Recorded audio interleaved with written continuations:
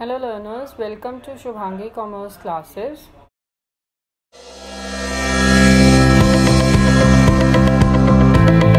So today I'll explain you one of the most important topic of UGC NET which is recently introduced by NTA, that is Indian Contract Act 1872 as a part of legal aspects of business. So topics which are included for commerce students are elements of a valid contract, capacity of parties, free consent, discharge of contract, breach of contract, remedies against breach, and quasi contract. So let's see first section. In first section it says that this act may be called Indian Contract Act 1872. अब extent और commencement का मतलब क्या होता है? Extent का मतलब ये किन जगह पे अप्लाई करता है, एंड कमेंसमेंट मीन्स किस डेट से शुरू हुआ था. So it extends to whole of India except Jammu and Kashmir, and it shall come into force on first day of it September 1872. So हमने दो चीज़ें याद रखनी है इस स्लाइड से, दैट इज कमेंस हुआ था सितंबर 1 1872 को, और एक्सटेंड पूरे इंडिया में एक्सेप्ट जम्मू एंड कश्मीर. अब कुछ टर्म्स हैं जिनमें से एमसीक्यूज आ सकते हैं in UGC NET exam. So let's see first term, that is agreement. Agreement क्या होता है? प्रॉमिस और a set of promises with a consideration. अगर ये दोनों चीज़ें इंक्लूडेड हैं तो इट फॉर्म्स एन एग्रीमेंट. अब प्रॉमिस और सेट ऑफ प्रोमिसेस क्या होता है? प्रॉमिस का मतलब ऑफर प्लस एक्सेप्टेंस. हमने कोई चीज़ लेने की ऑफर की. Suppose you want to buy clothes from some shopkeeper, you made an offer, and अगर उसने एक्सेप्ट की, उसके पास क्लोथ्स हैं, तो that is acceptance. So offer plus acceptance makes promise. अब प्रॉमिस को कंसिडरेशन कैसे? कंसिडरेशन का मतलब आपने क्लोथ्स लेने के लिए उसको इन पैसे दिए होंगे, that is money. So money forms a consideration. with when both of these are included, it becomes an agreement. So difference between an agreement and a contract. अब एग्रीमेंट अभी पढ़ा कि कोई भी प्रॉमिस और set of promises forming consideration for each other, जो consideration के साथ हो वो एग्रीमेंट होगा. बट कॉन्ट्रैक्ट क्या होता है? कॉन्ट्रैक्ट बनने के लिए ज़रूरी एक कंडीशन है कि वो पहले एग्रीमेंट होना चाहिए.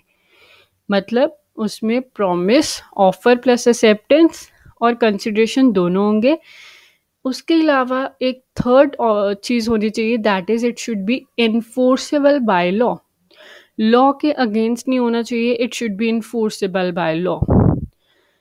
Now, in recent papers, you must have seen this question that UGC has asked, that all contracts are agreements, but all agreements are not contract.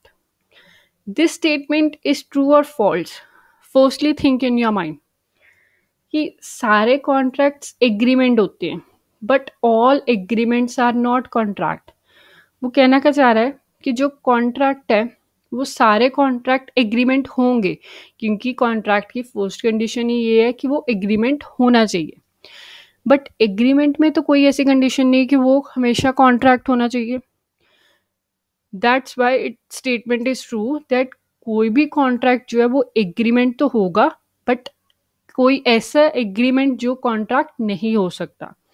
More elaborate, let's see one example. Agreement का मतलब promise plus consideration. अब इसमें क्या लिखा है? If a 7-year-old boy is buying an ice cream from an ice cream vendor and giving ₹10 in return. So ₹10 क्या होगा? Consideration. This is because the boy offers to buy ice cream. Boy ने offer किया ice cream buy करने के लिए और vendor ने उस ऑफर को एक्सेप्ट किया, तो वो क्या बन जाएगा? प्रॉमिस. अब प्रॉमिस के साथ बॉय ने कंसिडरेशन दी वेंडर को, क्या? Money.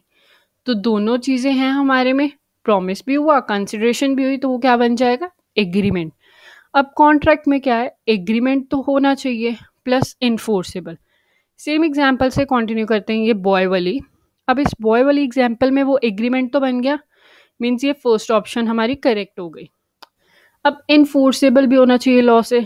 Law says that any contract entered with a person below the age of 18 years. देखो 18 ईयर्स की एज इज माइनॉरिटी, और माइनॉरिटी के साथ कोई भी माइनर के साथ कॉन्ट्रैक्ट किया हो वो वॉइड होता है. वॉइड मतलब it's voidable from the beginning, enforceable नहीं होगा लॉ। सो इसलिए ये एग्रीमेंट तो हुआ, कॉन्ट्रैक्ट की फर्स्ट कंडीशन फुलफिल हुई, एग्रीमेंट हुआ, बट इन्फोर्सेबल नहीं हुआ, इसलिए ये कॉन्ट्रैक्ट नहीं बन पाया। So it's prove that all agreements, all contracts can be agreement, but all agreements cannot be a contract. I hope this topic of agreement and contract and difference is clear to you. Moving forward, all contracts are agreements, but all agreements are not contract. अब हमने बोला कि ये statement true है, but agreement जो होते हैं, अगर वो एग्रीमेंट बन गया, कॉन्ट्रैक्ट क्यों नहीं बन सकता? एक कंडीशन उसकी नहीं फुलफिल होगी कॉन्ट्रैक्ट की, दैट इज वो इन्फोर्सेबल नहीं हो पाया होगा। अब इन्फोर्सेबल क्यों नहीं हुआ, कब होगा? व्हेन इन्फोर्सेबल होगा, जब सेक्शन 10 सेटिस्फाई होगा। सेक्शन 10 में हमारे पास कुछ कंडीशंस हैं, ये अगर कंडीशंस फुलफिल होती हैं तो वो लॉ इन्फोर्सेबल होगा और एग्रीमेंट कॉन्ट्रैक्ट बन जाएगा। सो सेक्शन 10 में हमारे पास कंडीशंस हैं, फ्री कंसेंट ऑफ पार्टीज, मतलब कोई फोर्सफुल नहीं होना चाहिए, अपनी मर्जी से उन्होंने दोनों पार्टीज ने कॉन्ट्रैक्ट किया होना चाहिए, वेंडर ने और बॉय ने खुद ने अपनी कंसेंट के साथ कॉन्ट्रैक्ट किया होना चाहिए। कॉम्पिटेंट टू कॉन्ट्रैक्ट, अब कॉम्पिटेंट टू कॉन्ट्रैक्ट में हमारा बॉय जो था वो 7 ईयर ओल्ड था, माइनर था, लेकिन जो वेंडर था वो मेजर था, बट इसने कॉन्ट्रैक्ट में बोला दोनों पार्टीज जो है वो कॉम्पिटेंट होने चाहिए, इसलिए यहाँ पे ये कंडीशन फुलफिल नहीं होती फॉर अ लॉफुल ऑब्जेक्ट और कंसिडरेशन। अब उसने, मान लो बॉय भी 18 ईयर्स का है और 19 ईयर्स का है, लेकिन उसने पैसे नहीं दिए आइसक्रीम बाय करने के लिए, तो ये कंडीशन फुलफिल नहीं होगी, तो that's why it will not be an agreement as well as not an contract. So lawful object भी होना चाहिए और कंसिडरेशन भी होना चाहिए, and are not expressly declare to be void. अब पिछली एग्जाम्पल जो हमने ये पढ़ी 18 ईयर्स वाली, अब इसमें तो ये वॉइड हो गया ना, क्योंकि माइनर के साथ कोई भी कॉन्ट्रैक्ट किया होगा तो वो वॉइड होगा। नाउ कैपेसिटी टू कॉन्ट्रैक्ट, अब कौन कौन से पार्टीज कॉन्ट्रैक्ट कर सकती हैं? 3 पार्टीज हैं जो कैपेसिटी रखती हैं कॉन्ट्रैक्ट करने की। एज ऑफ मेजॉरिटी, सबसे पहले जिस पार्टी के साथ तुम कॉन्ट्रैक्ट कर रहे हो वो मेजर दैट इज मेजॉरिटी की एज का होना चाहिए, माइनर नहीं होना चाहिए। अब मेजॉरिटी में हमारे 18 years plus above 18 years both are included. Age of maturity होगा of sound mind, sound mind होना चाहिए, अनसाउंड माइंड का नहीं होना चाहिए। अब अनसाउंड माइंड में हमारे 3-4 कैटेगरीज इंक्लूडेड हैं, that will discuss in further slides. Not disqualified by law, not disqualified by law का मतलब कोई भी पर्सन जो लॉ ने डिस्क्वालीफाई किया, like for example a criminal के साथ कोई भी कॉन्ट्रैक्ट किया वो लॉ के अगेंस्ट हुआ क्योंकि वो पहले ही डिस्क्वालीफाइड है। कोई भी alien enemy, what is alien enemy, I will explain further. Foreign सोवेनियर्स are not a person or a party to contract. So there are 3: age of maturity, of sound mind, not disqualified by law. Persons incompetent to contract. See, मैंने अगर ध्यान से सुना होगा, यहाँ पे बोला था कैपेसिटी टू कॉन्ट्रैक्ट। कौन कौन से पर्सन कॉन्ट्रैक्ट कर सकते हैं? जो मेजॉरिटी की एज के होंगे, साउंड माइंड के होंगे एंड नॉट क्वालिफाइड होंगे, नॉट डिस्क्वालिफाइड बाय लॉ होंगे। अब क्वेश्चन उल्टा घुमा दिया, that is person incompetent to contract. कौन से पर्सन नहीं कर सकते? मेजर की जगह माइनर आ जाएगा, माइनर नहीं कॉन्ट्रैक्ट कर सकते। साउंड माइंड वाले कॉन्ट्रैक्ट कर सकते तो अनसाउंड माइंड वाले नहीं कर सकते। नॉट डिस्क्वालिफाइड बाय लॉ था, तो यहाँ पे जो भी पर्सन डिस्क्वालिफाइड बाय लॉ होंगे वो कॉन्ट्रैक्ट नहीं कर सकते। Now let's see, we'll discuss these separately कि माइनर के साथ अगर कॉन्ट्रैक्ट होगा तो उसकी क्या पोजीशन होगी, अगर अनसाउंड माइंड के साथ होगा what is that position, person अगर लॉ से डिस्क्वालीफाई होगा तो उसकी क्या पोजीशन होगी। In this I will explain you what is the position of a minor with contract. So position of an agreement with minor, अब आप माइनर के साथ कॉन्ट्रैक्ट तो कर नहीं सकते, तो इसीलिए हेडिंग है position of agreement with minor. Void ab initio, remember this wording as it is लिखी होती है कि agreement with minor is what, valid, quasi contract, breach of contract और void ab initio, that is void ab initio। void ab initio का मतलब होता है void from the very beginning, जब से किया तभी से ही contract हुआ ही नहीं, that is void। rules of estoppel does not apply। अब rules of estoppel does not apply का मतलब क्या होता है, जब कम माइनर ने कॉन्ट्रैक्ट किया, लेट से माइनर ने अपनी एज 7 ईयर्स का है, बट उसने अपनी एज बताई उसको 10 ईयर्स 18 ईयर्स। अब 18 ईयर्स का बोल के उसने कॉन्ट्रैक्ट कर लिया, मेजर जो मेजॉरिटी एज का पर्सन था उसने भी उसको 18 ईयर्स का लगा तो उसने कॉन्ट्रैक्ट कर लिया। अब इसमें मेजॉरिटी की कोई गलती नहीं है, लेकिन माइनर के अगेंस्ट वो केस और शूट फाइल नहीं कर सकता, बिकॉज माइनर में रूल ऑफ एस्टॉपल नहीं अप्लाई होता। रूल ऑफ एस्टॉपल का मतलब a minor is not bound by his miss representation. Miss representation का मतलब उसने एज ही गलत बताई तो वो उसके लिए जिम्मेवार नहीं होगा। But if a minor enters into a contract by fraudulently representing himself to be a major, he cannot be prevented from pleading minority as defense। लेकिन अगर उसने जानबूझ के किया है तो वो उसके उससे पीछे नहीं हट सकता। So the rule of estoppel can not apply against minor. Minor's agreement can not be ratified by minor on attaining his majority. अब रेटिफाई का मतलब क्या होता है कि a minor can not confirm an agreement made by him during minority on attaining his majority. अब उसने कुछ टाइम पहले जब वो 10 ईयर्स का था तब उसने कॉन्ट्रैक्ट कर लिया, अब जब 18 का हुआ तो उसने उस कॉन्ट्रैक्ट को कंफर्म कर लिया। नहीं हो सकता, इट्स नॉट पॉसिबल, बिकॉज जब उसने कॉन्ट्रैक्ट 10 ईयर्स की एज में किया था वो तभी से वॉइड हो गया था। It is void ab initio, void from the beginning. So उसको वो 18 ईयर्स का होके और attaining majority age, he can not confirm that contract and pursue with that contract। So a minor cannot confirm an agreement made by him during minority on attaining majority. This is because ratification relates back to the date of making contract, and therefore contract which was void from the beginning cannot be made valid। So जो पहले से ही वह void था शुरू से ही, तो उसको हम valid नहीं बना सकते। Now this point is very interesting, that is minor's liability in tort। Minor's liability in tort, tort का मतलब होता है कोई भी civil wrong from which a suit can be filed by affected party. कोई भी ऐसी गलती जिसके अगेंस्ट अफेक्टेड पार्टी, जिसको उसका नुकसान हुआ है, वो अपना केस फाइल कर सकता है। सो माइनर उस चीज़ के लिए लाइबल होगा जिससे दूसरी पार्टी की कोई भी नुकसान हुआ है, that is against civil wrongs. For example से समझते, जैसे a minor hired a horse for riding। He specifically stated that he didn't want a horse for jumping। अब माइनर ने एक हॉर्स लिया राइडिंग करने के लिए, उसने स्पेसिफिकली कॉन्ट्रैक्ट जिसके साथ किया था, जिसके साथ लिया था जिसका हॉर्स, उसको स्पेसिफिकली मेंशन किया था कि मैं इसको जंप करने के लिए नहीं ले रहा, only for riding. But minor ने अपने फ्रेंड को दे दिया जिसने हॉर्स को जंप करवा दिया, राइडिंग की बजाय हॉर्स ने जंपिंग की, which was not in the statement contract।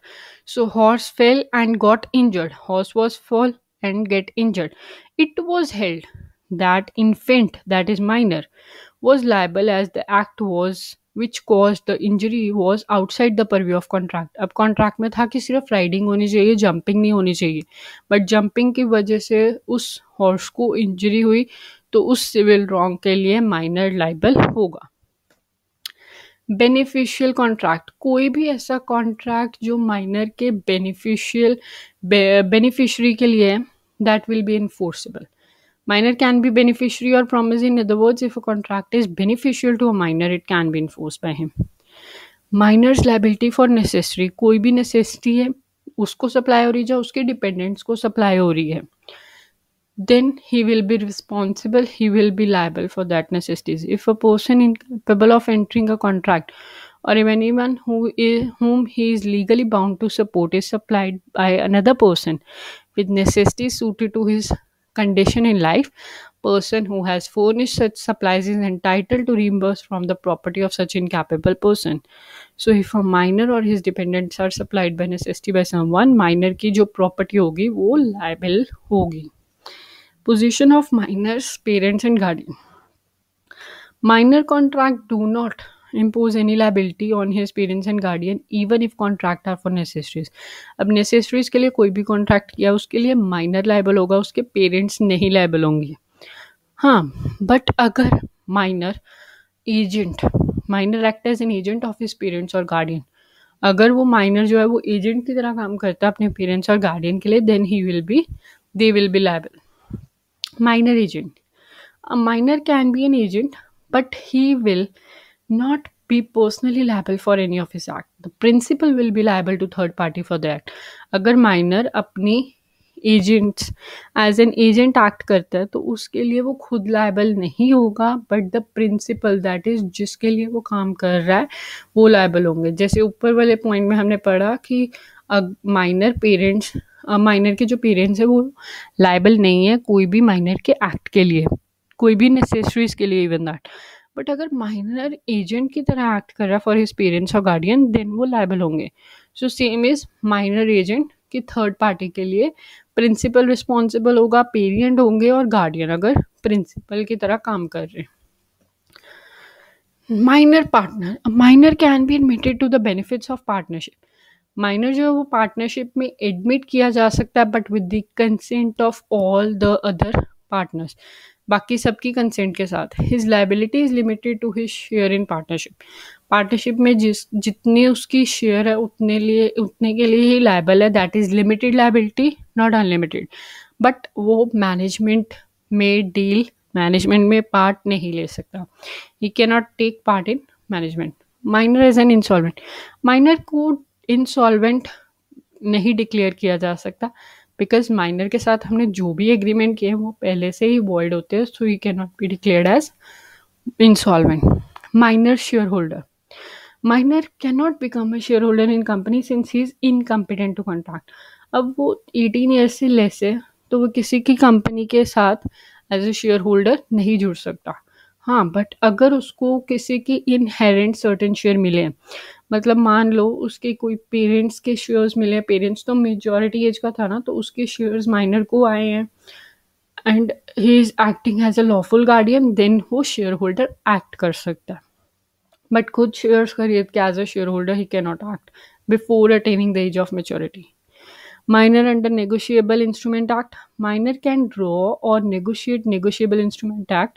Negotiable Instrument Act, negotiable instruments को वो ड्रॉ कर सकता है. For example bill of exchange, कोई प्रोमिसरी नोट, कोई चेक वो बना सकता है और विड्रॉ भी करवा सकता है. So but he incurs no personal liability. But उसके अगेंस्ट उसकी कोई भी पर्सनल लाइबिलिटी नहीं होगी. A negotiable instrument drawn in favour of minor can be enforceable by him. अगर कोई भी नेगोशिएबल इंस्ट्रूमेंट है माइनर के फेवर में बना हुआ है तो वो उसके लिए ही इन्फोर्स्ड होगा. सो माइनर कैन बी प्रोमिसी और पे. He can become a endorsee by transfer of a negotiable instrument. Now let's revise what we all have done. I have discussed in this video that what are the elements of a valid contract and capacity of parties to contract. So let's revise quickly. Indian Contract Act कब आया था? 1 September 1872. Extend whole India except Jammu and Kashmir. Agreement कब बनता है? जब promise और promisee होंगे और कंसिडरेशन होगी. प्रॉमिस कब बनेगा? जब ऑफर और एक्सेप्टेंस होगी. कॉन्ट्रैक्ट कब बनता है? जब एग्रीमेंट होगा और इन्फोर्सिबल बैल होंगे. All contracts are agreement. True. All agreements are contracts. No, सारे एग्रीमेंट्स कॉन्ट्रैक्ट्स नहीं होते. Remember that all agreements are not contracts. Then again, agreement and contract. Now, section 10 satisfy कब होगा? That is enforceable by law. Free consent होनी चाहिए. किसकी? Parties की competent होनी चाहिए to contract, lawful object and lawful consideration होनी चाहिए, plus not declared to be void. कौन कौन सी पार्टीज हैं जो कॉन्ट्रैक्ट में एंटर हो सकती हैं? Age of majority that is more than और equal to 18 years, sound mind के होने चाहिए, not disqualified by law. Person कौन से इनकम्पिटेंट है? Minor, unsound mind and person disqualified by law. Today I will explain minor की position क्या होगी. In coming next lecture, I'll explain you what is the position of unsound mind and person disqualified by law. So, कोई भी agreement जो minor के साथ किया वो क्या होगा? Void ab initio, rule of estoppel नहीं अप्लाई होता माइनर पे. माइनर एग्रीमेंट को रेटिफाई नहीं कर सकता. You only have to remember the headings. अंदर वाला सिर्फ आपके समझने के लिए था, so that it's clear in your mind that what is the meaning of these headings. Minor liability in torts. Tort का मतलब civil wrongs के लिए minor liable होगा. बेनिफिशियल कॉन्ट्रैक्ट अगर माइनर के लिए है तो वो इन्फोर्स किया जा सकता है. माइनर लाइबल नहीं होगा. Minor will be liable for necessities. Position of minor, parents and guardian वो अप्लाई नहीं होते हैं, उनके लिए लाइबल नहीं होते. हाँ, अगर वो एजेंट की तरह काम कर रहा है minor, then they will be liable. Minor partnership में एडमिट हो सकता है, अपने शेयर के लिए ही लाइबल होगा, but can not take part in management. Minor insolvent नहीं डिक्लेयर किया जा सकता क्योंकि कोई भी एग्रीमेंट माइनर के साथ वॉइड होगा. माइनर शेयर होल्डर नहीं बन सकता, लेकिन अगर माइनर ने इनहेरेंट किए हैं shares from any lawful guardian, then he can be shareholder. Minor can draw negotiable instrument, that is bills of exchange, promissory note and check, लेकिन वो उसके लिए person liable नहीं होगा. He can also be a promisee or payee, and he can also be endorsee or by transfer of a negotiable instrument. So I hope these topics are clear to all of you. In next lecture, we'll discuss what are the persons of sound mind and unsound mind and the persons not disqualified.